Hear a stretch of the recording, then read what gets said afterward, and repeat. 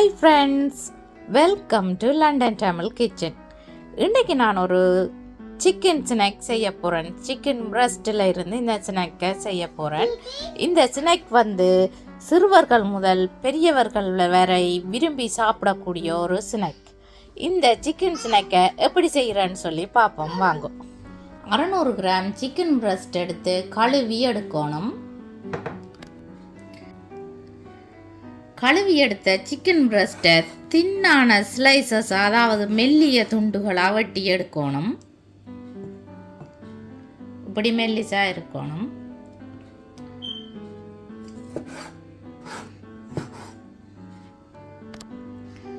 Chicken பிரஸ்ட்டை இப்படி தின்னான ஸ்லைசஸாக வெட்டி எடுத்துட்டேன். 1 டீஸ்பூன் மஞ்சள் தூள், 1 டீஸ்பூன் உப்பு, நீங்கள் உங்களுக்கு தேவையான அளவு உப்பு போடலாம். 1 டீஸ்பூன் தனி மிளகாய் தூள். உங்களுக்கு உரைப்பு கூடவா வேணும் என்று சொல்லி சொன்னால் கூடிய அளவு தனி மிளகாய் தூள் சேர்க்கலாம், அதாவது 2 டீஸ்பூன் சேர்க்கலாம். 1 டீஸ்பூன் மிளகுத்தூள், 1 டீஸ்பூன் ஜிஞ்சர் கார்லிக் பேஸ்ட், 1 முட்டை. பெரிய முட்டைன்னு சொன்னால் 1 எடுக்கணும், சின்ன முட்டைன்னு சொன்னால் 2 முட்டை தேவையாக இருக்கும். இந்த சிக்கன் ஸ்நாக் செய்ய இவ்வளவு பொருட்களும் தேவை. எடுத்து வச்சிருக்கிற மஞ்சள் தூள், தனி மிளகாய் தூள், உப்பு, மிளகுத்தூள், ஜிஞ்சர் கார்லிக் பேஸ்ட், எக் எல்லாத்தையும் போட்டு நல்லா மிக்ஸ் பண்ணி விடணும். எக் எல்லா சிக்கன் பிரஸ்ட்லையும் கோட் பண்ணி இருக்கணும். அப்படி கோட் பண்ணி இருந்ததுன்னு சொல்லி சொன்னால் தான் பிரெட் க்ரம்ஸ் போட்டு பிரட்டேக் இல்லை, பிரெட் க்ரம்ஸ் சிக்கனில் வடிவாக ஒட்டி பிடிச்சு நிற்கும். நான் மீடியம் சைஸ் எக் கொண்டு தான் யூஸ் பண்ணினான். அது இதுக்கு போதுமானதாக இருக்குது. எல்லா சிக்கன்லையும் கோட் பண்ணப்பட்டிருக்குது. சிக்கனை எல்லா ஸ்பைசஸோடையும் நல்லா கலந்து விட்டா பிறகு இந்த சிக்கனை அரை மணித்தியாலம் ஊற விடணும். ஊற விட்டால் தான் அந்த ஃப்ளேவர் சிக்கனில் நல்லா ஊறி டேஸ்டாக இருக்கும். அரை மணித்தியாலம் ஃப்ரிட்ஜுக்குள்ள இதை ஊற விடுறேன். பிரெட் க்ரம்ஸ் உங்களுக்கு தேவையான அளவு எடுக்கணும். இப்போ 1/2 hour ஆச்சு. ஃப்ரிட்ஜுக்குள்ளே இருந்து சிக்கனை வெளியில் எடுத்துட்டேன். இப்போ சிக்கனை எடுத்து பிரெட் க்ரம்ஸுக்குள்ளே போட்டு பிரட்டி எடுக்கிறேன். இப்படி வடிவாக கோட் பண்ணி எடுக்கணும்.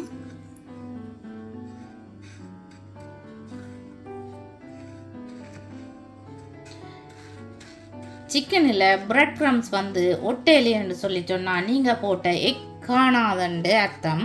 அப்போ நீங்கள் எக் போடணும்.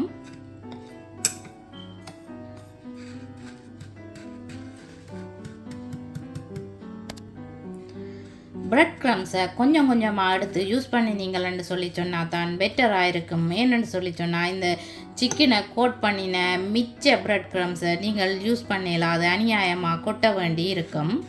கொஞ்சம் கொஞ்சமாக எடுத்து யூஸ் பண்ணினா பெட்டராக இருக்கும்.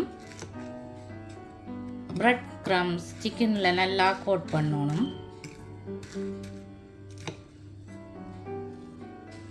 இந்த பிரெட் க்ரம்ஸை நீங்கள் VPN சென்ஸ் அல்லது தமிழ் ஷாப்பில் வேண்டலாம்.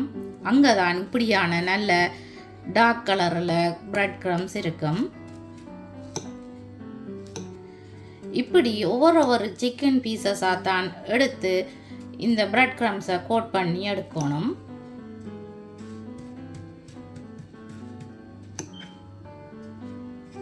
இப்படி ஃபோக்கால் அமர்த்தி கோட் பண்ணி விடணும்.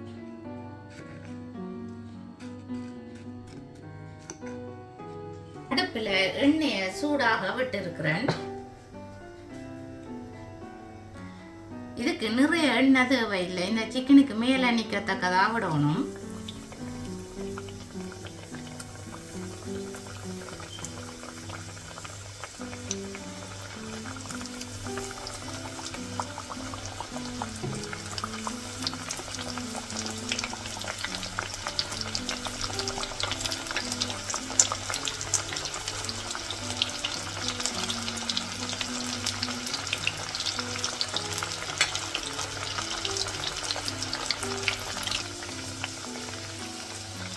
இப்படி சிக்கன் ஓரளவு வேகினா பிறகு மற்ற சைட்டுக்கு திருப்பி விடணும்.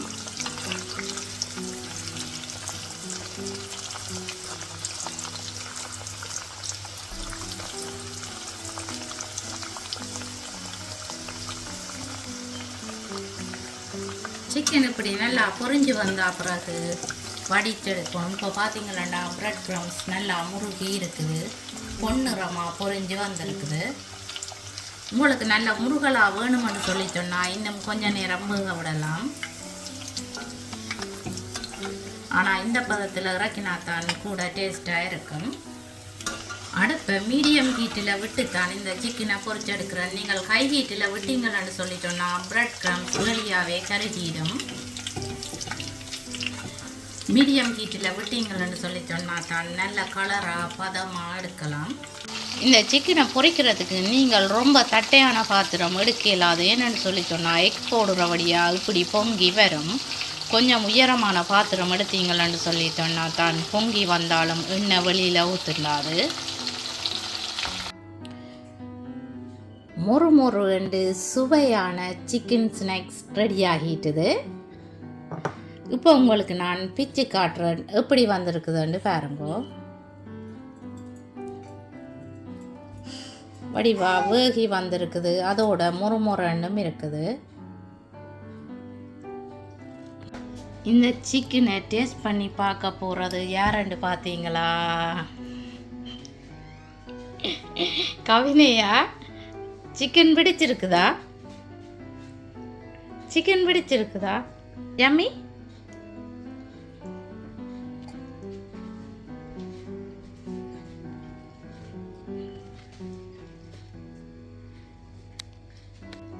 நானும் இந்த தங்கச்சியும் இந்த சிக்கன் சாப்பிட்டோம். நல்ல சுவையாக இருக்கு. நீங்கள் பிலீவ் பண்ணாதே, நீங்களும் செய்து சாப்பிட்டு பாருங்க. நல்ல செமையாக இருக்குது. சோஸோட இந்த சிக்கன் ஸ்நாக்ஸை சாப்பிட செமையாக இருக்கும். நான் கறி சோஸோட இந்த சிக்கன் ஸ்நாக்ஸை சாப்பிட்றேன். நானே செய்து நானே டேஸ்ட்டாக இருக்குன்னு சொல்கிறதுல பிரயோசனம் இல்லை. இந்த ரெசிப்பியை நீங்கள் ட்ரை பண்ணி பார்த்து எப்படி இருக்குதுன்னு சொல்லி நீங்கள் சொல்லணும். அதைத்தான் நான் உங்கள்கிட்ட இருந்து எதிர்பார்க்குறேன். ப்ளீஸ் மறக்காமல் எனக்கு கமெண்ட் போடுங்கோ. மீண்டும் இன்னும் ஒரு அமேசிங்கான ரெசிபியில் உங்களை சந்திக்கும் வரை உங்களிடமிருந்து விடைபெறுவது உங்கள் மதி. பாய்.